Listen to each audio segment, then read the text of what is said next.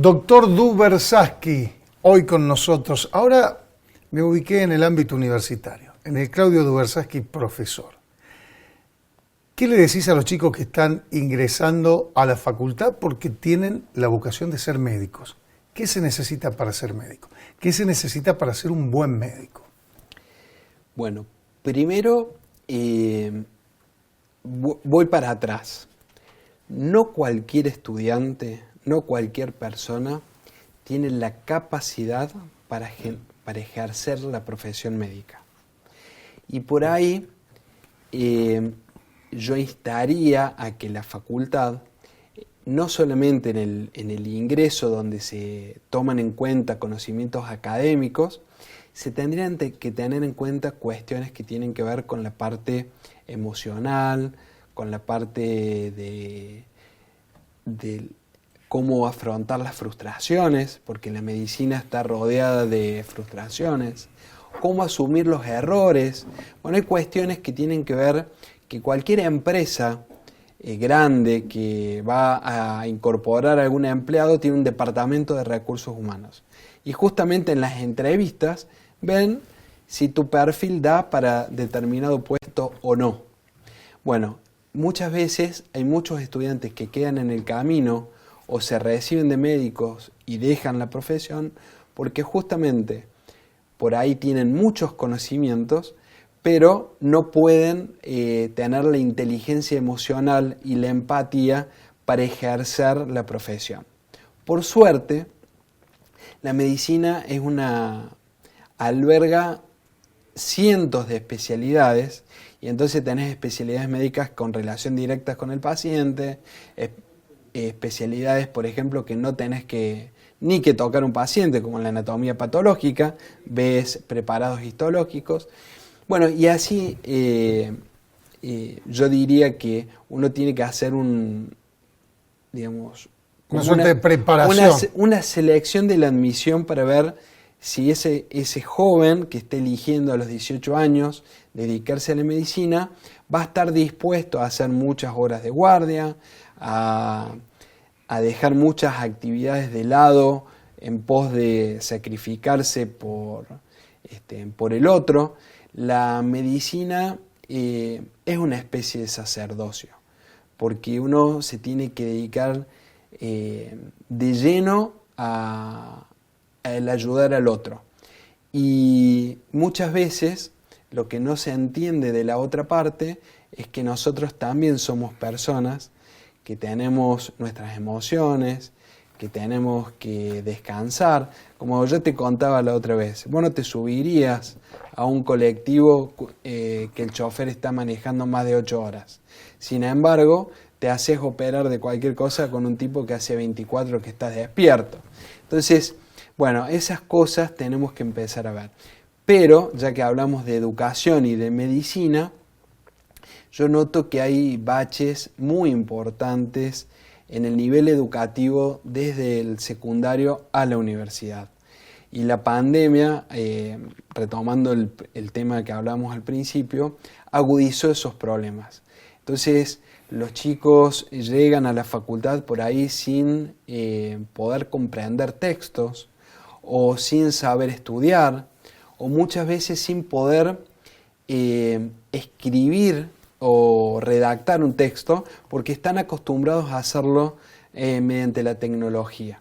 Entonces, en los primeros años como docente, muchas veces tengo que ir a lo básico, vamos a aprender medicina, pero primero tenemos que aprender a hablar, tenemos que aprender a escribir, y esto que yo lo digo así, obviamente no es en todos los estudiantes, pero es un porcentaje muy alto y muy preocupante. Entonces, creo que todos los actores de la sociedad tenemos que trabajar desde los primeros años del jardín, del primario y de la secundaria, para que los jóvenes lleguen al ámbito universitario de una manera más preparada. ¿Cuándo supiste vos que ibas a ser médico, doctor? ¿Hubo algún hecho, algún episodio en particular o simplemente se te representó tu vocación? Mira, yo desde que recuerdo de que era muy chiquito, ya decía que iba a ser médico sin tener a ningún familiar médico, ¿no? Porque en general uno cuando tiene al papá o a la mamá o a algún tío se ve reflejado. Yo no sé por qué, siempre desde chiquito tuve la vocación clara, nunca me pensé en hacer otra cosa y de hecho creo que no serviría para hacer otra cosa, que creo que desde muy chico sentí la vocación y eso me facilitó un poco las cosas. Esta pregunta te la voy a hacer siempre, cada vez que nos encontremos, porque entiendo el medio como un auténtico servicio, como lo que hacen ustedes. Me pongo en el lugar de alguien que recibió el diagnóstico y vio la palabra cáncer. Por supuesto que dependerá de un montón de circunstancias, pero ¿qué le decís a la persona que empieza a elaborar ese duelo que tiene un tránsito, ¿no? Lo primero, como digamos, como toda mala noticia, hay que enfocarse en lo positivo de la mala noticia. Entonces, bueno, la mala noticia es tener una enfermedad grave, que depende del grado, el estadio, etcétera, será menos grave o más grave. Lo importante es que hoy hay tratamientos muy innovadores, cada vez hay tratamientos menos agresivos y más efectivos, ha cambiado el paradigma de la oncología. Yo te decía, no me acuerdo si en el programa de radio, que para mí la quimioterapia tiene la tendencia a desaparecer en el tiempo, porque hoy está muy en boga el tratamiento de la inmunoterapia, donde ya no tratamos al tumor para destruirlo, sino que trabajamos sobre el sistema inmunológico del paciente para poder que el mismo paciente, para que el mismo sistema inmunológico del paciente destruya el tumor. Estamos trabajando en la medicina personalizada de precisión con la genética, entonces cada vez más hay más tratamientos menos nocivos. Entonces lo que les digo es primero, bueno, procesar el impacto. Las personas lo procesan de diferentes maneras, no hay una manera, pero ponerse en acción para tratar de solucionarlo. Creo que es más importante eso que llevarlos a la acción y mirarlos desde lo positivo de lo que están pasando, que focalizarse solamente en el diagnóstico. Siempre hubo una serie de mitos alrededor del cáncer, que todos hemos repetido y que hemos dado por sentado que son así. ¿Hemos aprendido algo, aunque sea hemos ido derribando esos mitos? Bueno, justamente para derribar los mitos necesitamos información. Esa información tiene que ser verídica y tenemos que, justamente como hacen los periodistas, ver cuál es la fuente. Entonces, si la fuente es un influencer, un paciente que ha tenido cáncer y que por el solo hecho de haber tenido cáncer se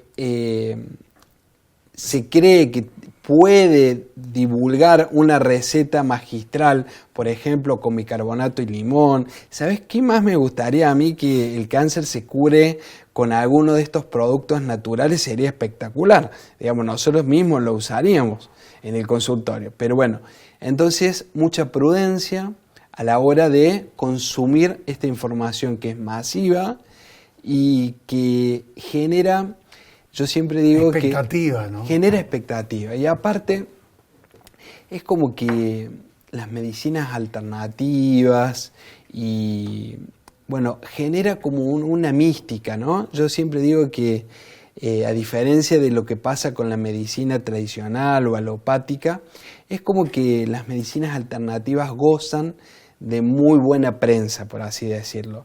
Entonces, si es natural, es bueno. Y yo siempre digo, lo natural puede ser muy malo. Por ejemplo, ¿vos sabías que la morfina deriva de la amapola? La amapola, más natural, la flor, no puede ser. Sin embargo, te podés drogar con un té de amapola. Entonces, no todo lo natural es bueno. Cada producto, ya sea natural o sintético, genera en el cuerpo una acción que tiene beneficios y tiene reacciones adversas. Yo siempre defiendo la medicina tradicional porque podemos documentar científicamente. Muchas veces tenemos que decir, este producto hay que sacarlo del mercado porque hace mal o porque no hace bien, o sea, no pasa las pruebas de investigación. Sin embargo, lo otro pasa a ser una cuestión de fe. Che, ¿por qué no te tomas una medida de whisky con una cucharada de miel y un diente de ajo? Bueno, viste, lo podés hacer. Y vos sabés que la gente, te pongo así histriónicamente, pero... Exageradamente. Pero existen las recetas que a vos se te ocurran y que jamás uno podría haber dimensionado que una persona lo pudiese hacer, pero sin embargo gozan de buena prensa. Así que el mensaje es atentos. Yo no quiero decir que los médicos sepamos de todo, ni tenemos que ser dueños de la verdad, pero sí les recomiendo cotejar la información, aunque sea con 2 profesionales de la salud que se dediquen a lo mismo y que opinen sobre algo. Yo creo que si hacemos este ejercicio, los mitos no se van a transformar en barreras que nos dificulten llegar a la solución de un problema a tiempo. Porque, ¿qué pasa, Cristian? Una mujer que se toca un nódulo en la mama, en vez de ir y hacerse una mamografía, ir al ginecólogo que le haga una punción, empieza a probar estas terapias alternativas y pierde 3, 4, 5, 6 meses, es un tiempo valiosísimo para poder llegar a tiempo y hacer tratamientos menos agresivos. Por eso, te agradezco la pregunta y vamos a seguir trabajando en los médicos, los docentes, los periodistas, en tratar de disipar estas cuestiones que por ahí, lejos de ayudar, ponen barreras para llegar a la sanación o a la curación. Hacemos una pausa, ya venimos, el doctor Dubersaski con nosotros.